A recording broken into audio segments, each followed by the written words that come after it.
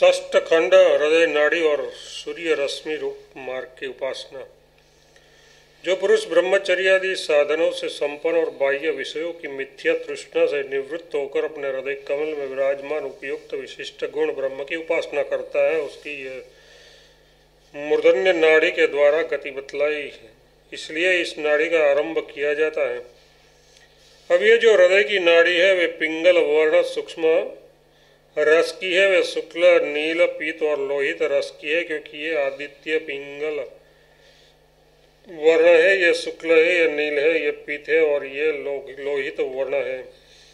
अब आगे कहे जाने वाले उपासना ब्रह्मोपासना के आश्रयभूत इस पुंडरीकार हृदय की जो इससे संबंध नाड़ियां आदित्य मंडल से किरणों के समान उस हृदय रूप मांसपिंड से सब और निकली हुई है, वे पिंगल नामक एक वर्ण विषयक से युक्त रस अणिमा अर्थात सूक्ष्म रस की है। तात्पर्य है कि वे उस रस से पूर्ण होकर तदाकार ही रहती है।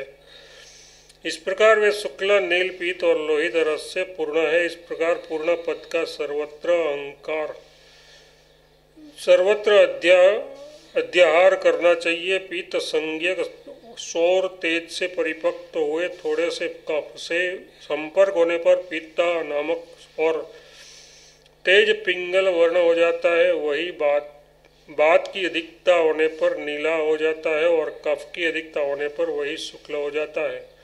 कफ से वात की समता होने पर वह पीला हो जाता है और रक्त की अधिकता होने पर लोहित अथवा वैदिक शास्त्र से इस वर्ण विषयों का ये किस प्रकार होते हैं ऐसा अन्वेषण करना चाहिए। किंतु श्रुति का तो यही कथन है कि आदित्य के संबंध से ही नाड़ियों में अनुष्ठित हुए उस तेज के ये वर्ण विषयक हो जाते हैं। ये किस प्रकार, इस पर कहते हैं ये आदित्य वर्णत पिंगल है, ये आदित्य शुक्ल भी है तथा यही नील वर्ण है, यही पीला है और यही लोहित भी है। शरीर के भीतर नाड़ियों के साथ उसका संबंध किस प्रकार होता है, इस विषय में श्रुति दृष्टांत देती है।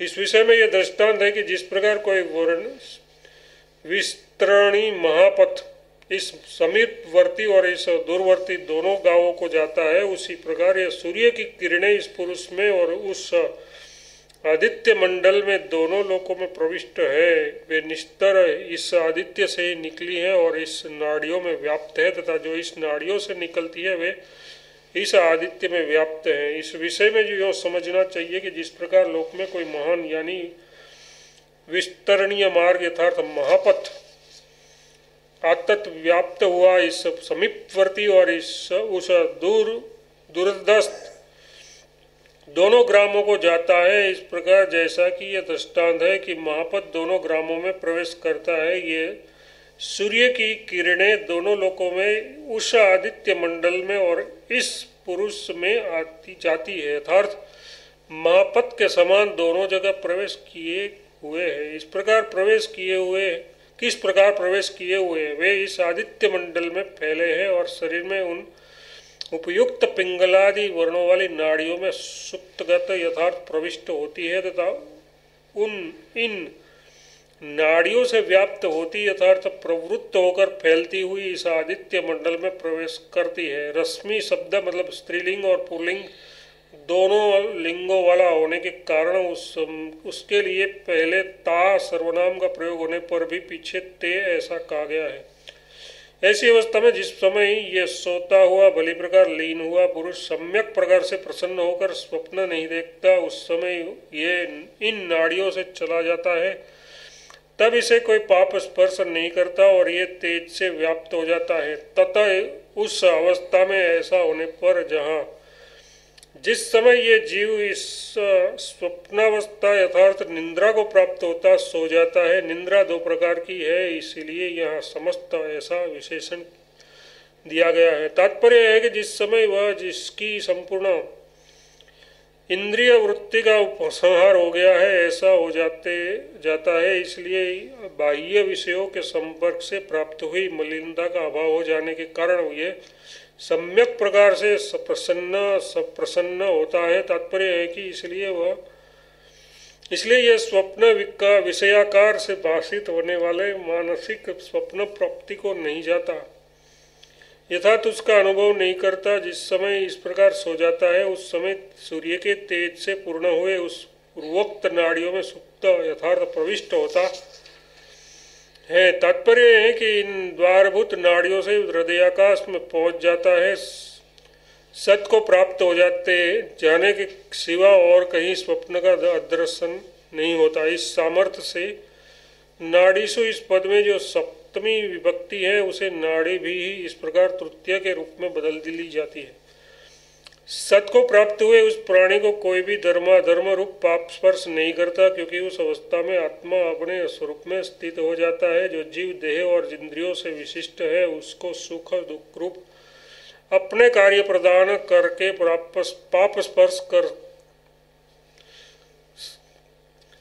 उसकी सुख दुख रूप अपने कार्य प्रदान करके पाप स्पर्श करता है। वो सत को प्राप्त हुए स्वरूप स्थित आत्मा को स्पर्श करने का कोई भी पाप साहस नहीं कर सकता, क्योंकि यह उसका विषय नहीं है, अन्य का विषय हुआ करता है। और सत को प्राप्त हुआ जीव का किसी से भी किसी की भी कारण से अनत्व है ही नहीं। आत्मा का जागृत या स्वप्नावस्था को प्राप्त होना तथा बाह्य विषयों को अनुभव करना ही स्वरूप से च्युत होना है, क्योंकि अविद्या रूप काम और कर्म का बीज ब्रह्म विद्या रूप अग्नि से दग्ध न होने के कारण ही रहता है। ऐसा हम छठे अध्याय में ही कह चुके हैं। उस पर यहाँ भी विश्वास करना चाहिए। जिस समय ये जीव इस प्रकार सो जाता है उस समय सब ओर से नाड़ियों के अंतर्गत और तेज से संपन्न व्याप्त हो जाता है। इसलिए तब उसकी इंद्रिया बाह्य विषयों के भोग के लिए चक्षु आदि नाड़ियों के द्वारा विशेष रूप से अप्रसूत यथार्थ निवृत्त हो जाती है। इससे इंद्रियों का निरोध हो जाने के कारण अपने स्वरूप में ही स्थित हुआ ये जीव स्वप्न नहीं देखता। ऐसा होने पर जिस समय ये जीव शरीर की दुर्बलता को प्राप्त होता है उस समय उसके चारों ओर बैठे हुए बंधुजन कहते हैं, क्या तुम मुझे जानते हो, क्या तुम मुझे जानते हो। वह जब तक इस शरीर से उत्क्रमण नहीं करता तब तक उन्हें जानता है। अब जिस समय ये देवदत्त नामक विशेष पुरुष विषय अबलिमान रोगादि के कारण अथवा आदित्य के कारण देह की दुर्बलता कुशता को प्राप्त करा दिया जाता है, अर्थात जिस समय ये मरणासन्न होता है उस समय उसके चारों ओर बैठे हुए बंधुजन कहते हैं, क्या तुम मुझे अपने पुत्र को जानते हो, क्या तुम मुझे अपने पिता को पहचानते हो इत्यादि। ये मुर्मुष जीव जब तक इस शरीर से अनुक्रांत रहता है अर्थात बहिर्गत नहीं होता तब तक उस पुत्रादि को पहचानता है। फिर जिस समय यह शरीर से उत्क्रमण करता है उस समय इन किरणों से ही ऊपर की ओर चढ़ता है। वह ओम ऐसा कहकर आत्मा का ध्यान करता हुआ ऊर्ध्वलोक अथवा अधोलोक को जाता है। वह जितनी देर में मन जाता है उतनी ही देर में आदित्य लोक में पहुंच जाता है। यह आदित्य निश्चय ही लोक द्वार है। यह विद्वानों के लिए ब्रह्मलोक प्राप्ति का द्वार है और अविद्वानों का निरोध स्थान है। फिर जिस समय ये तत्व ये शब्द क्रिया विशेषण है ये इस शरीर से उत्क्रमण करता है तब वह अज्ञानी अपने कर्मों के अनुसार उपर्जित लोकों के प्रति इन उपयुक्त किरणों के द्वारा ही ऊपर चढ़ता है तथा दूसरा जो उपयुक्त साधनों से संपन्न ज्ञानी निर्गुणोपासक है वह ओंकार के द्वारा पूर्ववत आत्मा का ध्यान करता हुआ तात्पर्य है कि यदि वह विद्वान होता है तो ऊर्ध्वलोक को और अविद्वान होता है तो अधोलोक को मीयते यथार्थ जाता है। वह उत्क्रमण करने वाला विद्वान जितनी देर में मन जाता है यथार्थ जितने समय में मन को कहीं ले जाया जाता है उतने ही समय में आदित्यलोक में पहुंचता है। तात्पर्य है कि वह शीघ्र चलता है। इससे वह ये बतलाना अभीष्ट नहीं है कि उतने ही समय में पहुंचता है।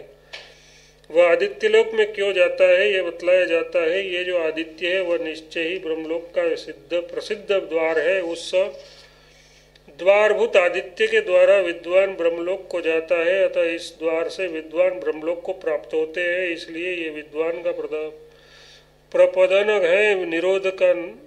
निरोधन का नाम निरोध है। इस आदित्य से अविद्वानों का निरोध होता है इसलिए यह निरोध है। तात्पर्य है कि अविद्वान लोग सौर तेज के द्वारा देह में ही निरुद्ध होकर मूर्धन्य नाड़ी से उत्क्रमण नहीं करते, जैसा कि विषंडंगा इत्यादि आगे के मंत्र से सिद्ध होता है। इस विषय में ये मंत्र है, हृदय की 101 नाड़ियां है, उनमें से एक मस्तक की ओर निकली गई है। उसके द्वारा ऊपर की ओर जाने वाला जीव अमृत को प्राप्त होता है। शेष इधर उधर जाने वाली नाड़ियां केवल उत्क्रमण का कारण होती है, उत्क्रमण का कारण होती है, उससे अमृतत्व की प्राप्ति नहीं होती। इस उपयुक्त अर्थ में ये श्लोक यानी मंत्र है, मांस के पिंडभूत हृदय से संबंध रखने वाले 101 यथार्थ एक ऊपर 100 प्रधान नाड़ियां हैं। प्रधानतः इसलिए कहा है कि देह की नाड़ियों का कोई अंत नहीं है।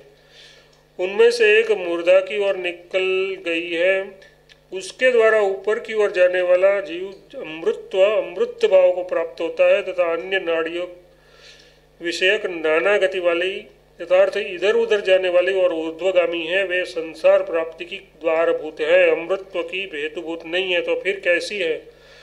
वे उत्क्रमण अर्थात प्राण प्रणय के लिए ही होती है, ऐसा इसका तात्पर्य है। उत्क्रमण ही भवती इस पद की विरुत्ति प्रकरण की समाप्ति सूचित करने के लिए है।